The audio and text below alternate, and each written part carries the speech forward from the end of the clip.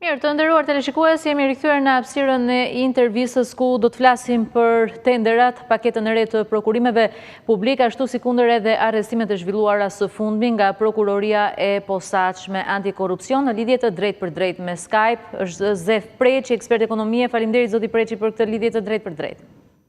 Faleminderit për ftesën.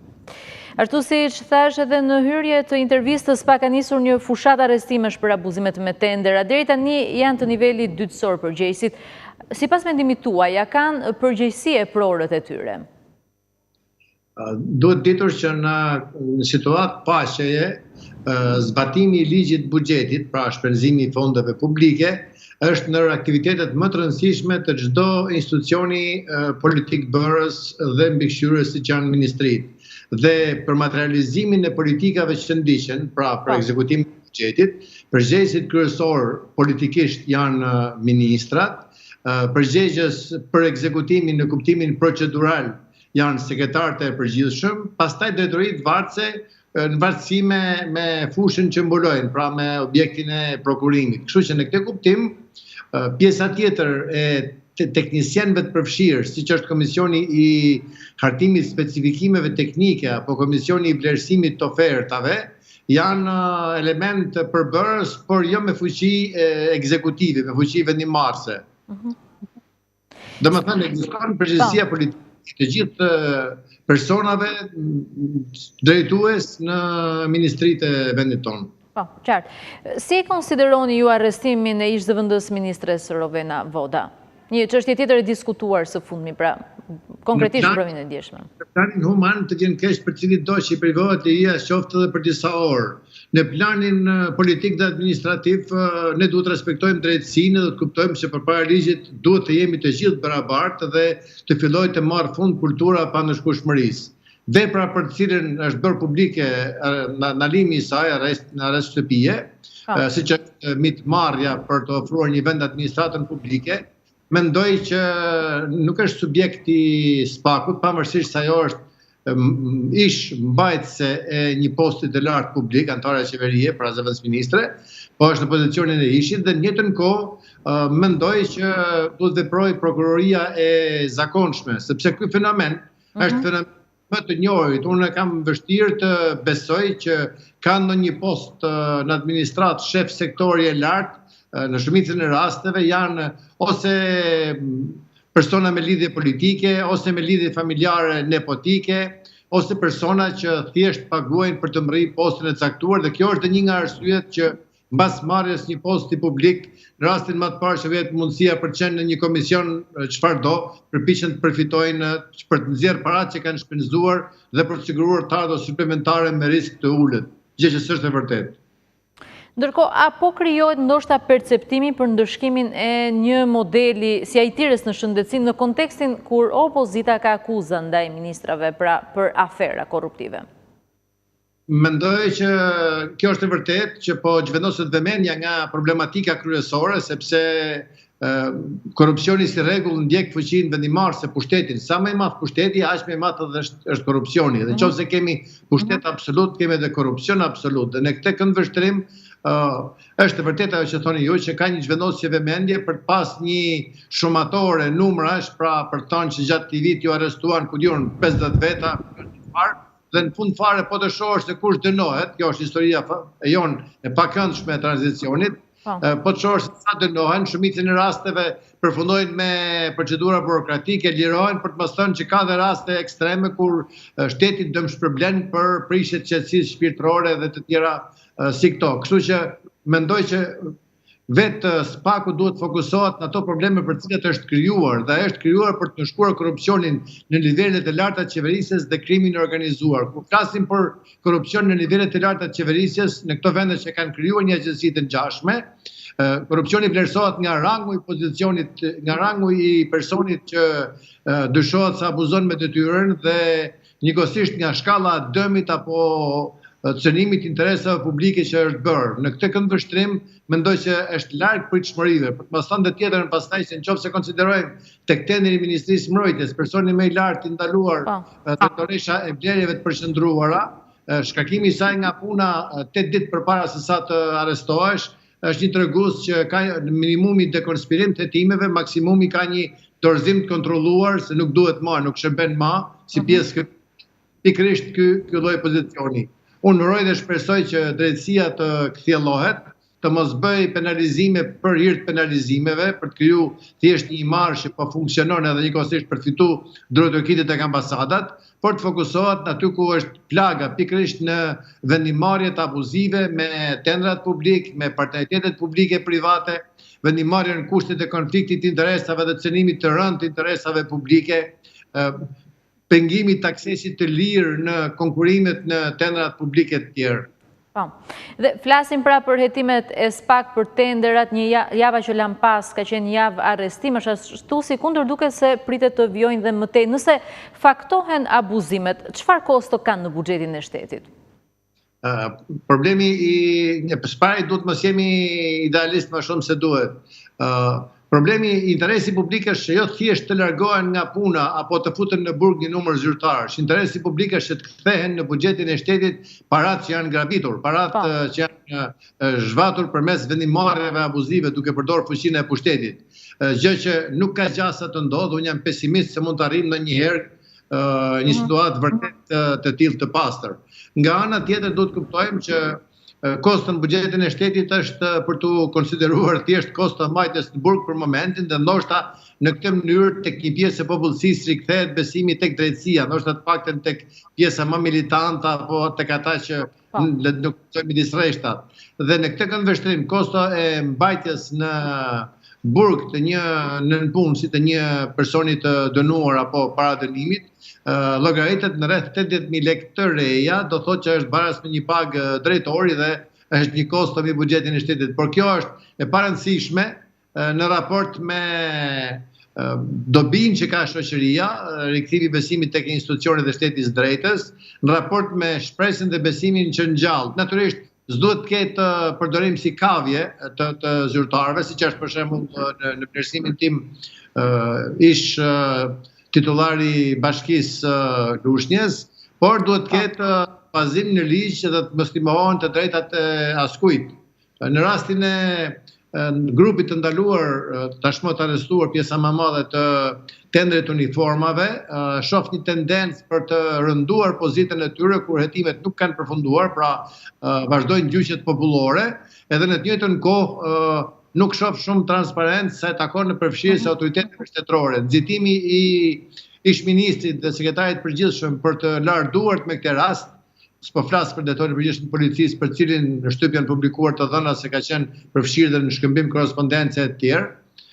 Por nxitimi për të larë duart me këtë rast është një tregues që situata është më problematike se sa është menduar në fillim, edhe mund të kemi dhe ndalime të tjera dhe vendosje para bankës të akuzuarve dhe personave të tjerë me fuqi vendimarrëse. Por nga ana tjetër, kur shkojmë me këtë bilans? Kryeministri Edi Rama pranoi ndoshta apo tha në mbledhjen që u zhvillua pak më herë, pak 2 ditë më parë, konkretisht me ministrat, që 70% e tenderave janë me probleme. Sa mund të jetë kostoja e të gjithë këtyre abuzimeve, nëse e shohim ndoshta në një këndvështrim më të përgjithshëm? Duhet kuptojmë që për të vlerësuar se si ka performuar administrata publike në ushtrimin e buxhetit, pra në shpenzimin e fondeve publike, mjafton të lexohen raportet e përvitshme të kontrollit të lartë të shtetit, në të cilat evidencohet përdorimi jo efektiv i fondeve, favoritizmi, shkelja barazisë në tendra të tjerë. Por në të njëjtën kohë duhet kuptojmë që megjithëse kjo agjenci shtetërore që është kushtetuese, që është e bazuar në taksa e qytetarëve dhe bën një punë profesionale, nuk gjen asnjë vendim qeverie që të jetë të bazuar në rekomandimet e kontrollit të lartë shtetit për të penguar rrjedhjen e parasë publike apo të pasurive publike në periudhat që vijnë. Sot nuk ka asnjë të dënuar nga denoncimet me emër dhe mbiemër të funksionarëve publik të niveleve të ndryshme, përfshirë dhe nivelet e larta, për abuzim me vendimarrjen e tyre. Pra mbrojtja politike që është dhënë personave drejtues të institucioneve shtetërore të pushtetit ka bërë që të kemi një situatë qesharake ku këtej konstatohen shkeljet, por nuk ndryshon asgjë dhe askush nuk ndërshkohet. Prandaj dhe ka marrë këto për masa. Ndërkohë rregullimi i kuadrit ligjor nuk mendoj se ka qenë kuadri ligjor pengesa, përkundrazi. Ne jemi në një situatë të tillë paradoksale që sa më shumë kalon koha, përshtasim akte ligjore, adoptojmë direktivat e Bashkimit Evropian, por përkeqësohet zbatimi i tyre. Po të shikoni raportet e Open Data Albania, një projekt i Institutit Shqiptar të Shkencave që bën një punë shumë profesionale, apo raportet e CISBIRN, do të vini re që ka të dhëna alarmante, të thuar që 1/3 e tendrave bëhet me negocim pa shpallje, do thotë që titullarët e institucioneve tashmë kanë marrë përgjegjësitë e pozitat e monarkut, të bajraktarit, të atij që vendos pa pyet për pasojat që krijon, apo të thuash që një firmë që është identifikuar në shtetësi si nga përgjimet e Ndragetas të rezultoj që është firma që ka marrë vlerën më të madhe të tendrave të shtetësisë 5 vitet e fundit, apo një firmë vendase të marrë 1/3 e tendrave të kësaj agjencie të shtetësisë, pra, e të tjera si këto, janë të dhëna alarmante, të cilat për fat keq nuk kanë gjetur rezonancën e duhur dhe vullnetin e duhur politik për të luftuar pikërisht këto fenomene dhe këto dukuri të cilat prekin thelbin e sistemit që është konkurenca, frenimi apo pengimi i aksesit lirë të gjithkujt që ushton një biznes për të marrë pjesë në konkurim, ka sjellë pikërisht këtë lloj përqendrimin e pak duar, të cilat në publik perceptohen herë si lobe biznesi, herë si oligark, por në çdo rast janë klient favorit të qeverisë.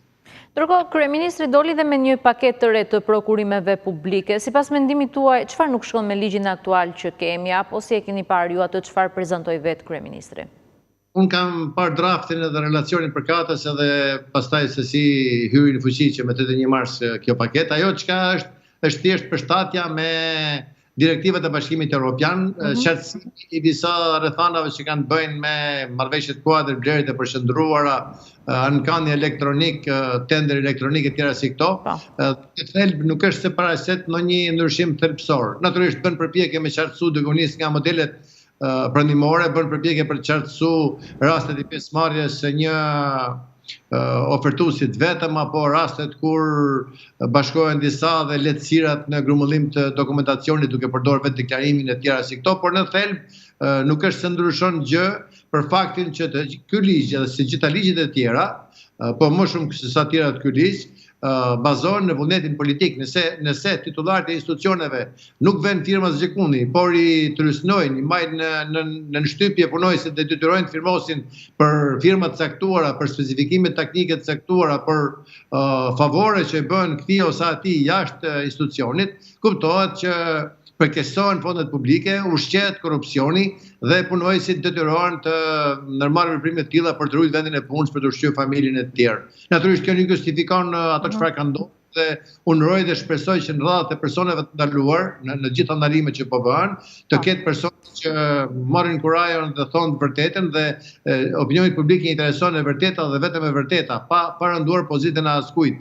Dhe në këtë mënyrë do të kemi një klimë më të shëndetshme, do të kemi më shumë persona me integritet në administratë, por dhe penalizim që është dhe mjeti përmes cilit standardizohet administrata, fillon dhe e kupton që nuk mund të jesh në sektor publik vetëm për të zhvatur, po je për të ofruar shërbime në emër dhe për të llogarit qytetarëve dhe njëkohësisht mban përgjegjësi për çdo firmë që hedh në letër. Qartë. Nga ana tjetër, jeni ju në dieni të aktivitetit kompanive offshore, gjithë flasin, por askush ose nuk kanë nxjerr para drejtësisë një emër. Duhet të kuptojmë diçka që kompanitë offshore janë të lishme kudo ku janë në botë. Do thotë që kanë hapësira ligjore përkatëse. Nga ana tjetër, është shteti, është qeveria që vendos kufizimet e duhura për praninë ose mos praninë e tyre. Kuptohet që në marrëdhënie private ato mund të operojnë dhe është çështje tjetër, por në marrëdhënie me fondet publike, me pasuritë publike e tjerë, prania e tyre mundson fshehjen e pronarëve, fshehjen e përfituesve, transferimin e fitimeve nga kompanitë mëma në filialet e tyre apo kompanitë bija dhe njëkohësisht ushqen korrupsionin në nivele më të larta, ndoshta edhe ndërkombëtare. Është e pafalshme që në kushtet e Shqipërisë pasuri të rëndësishme strategjike siç është nafta, të kenë më shumë se gjysmën e kompanive të regjistruara offshore. Do thotë që nuk ke mundësi të gjurmosh deri më sot, paktën nuk ke mundësi të gjurmosh as aksionerët, as fitimet e me radhë. Dhe sektorat të rëndësishëm për nga kontributet në çdo vend, përfshirë dhe vendet e pushtuara, nga kontributet në buxhetin e shtetit, te ne kanë kontribute qesharake, edhe ndoshta është më mirë që këto pasuri, nafta, kromi e tjetër, të rinë më mirë në tokë siç kanë ndaj prej mira vitesh, se sa të shkojnë gati falas në duart e 4-5 oligarkëve apo alat dhe politik të tyre që i mbështesin.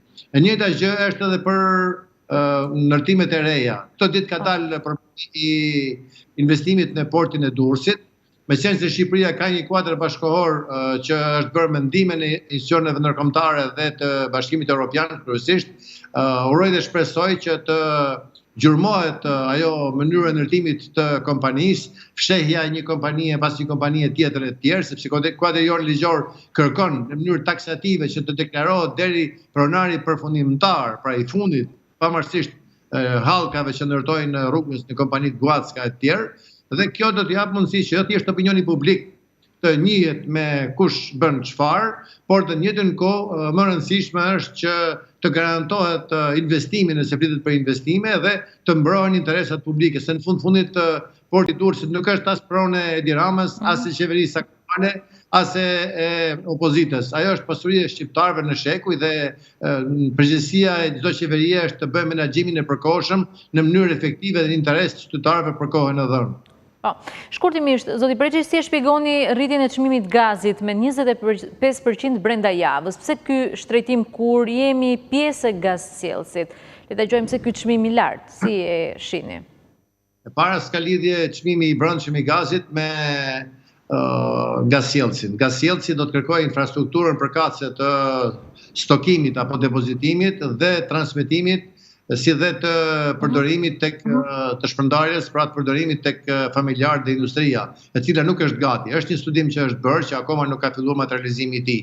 Nga ana tjetër duhet kuptuar se çmimi i mallrave të tilla varet nga luajtjet në tregjet ndërkombëtare, varet nga taksat që imponon vendi, varet edhe nga spekullimi apo rrethonat e favorshme në treg. Zakonisht mbas zgjedhjeve, atë punë që bën qeveria që fillon të rrit çmimin e ujit, energjisë e tjerë dhe krijon situata duhen kaq miliard për investimet, atë punë bëjnë edhe privatët sepse është një periudhë disi amulli pas zgjedhjeve dhe synojnë të maksimizojnë fitimet e veta, ndoshta ndokush edhe të nxjerrë të rifitojë çfarë ka investuar në fushat. E qartë, zoti Preqi, ishte kënaqësi t'ju kisha në këtë lidhje të drejtë për drejtë në Ora News. Faleminderit juve. Mirë, të nderuar teleshikues, përfundojmë këtu këtë hapësirë informative. Unë ju falenderoj që na ndoqët bashkë, mirë takofshëm.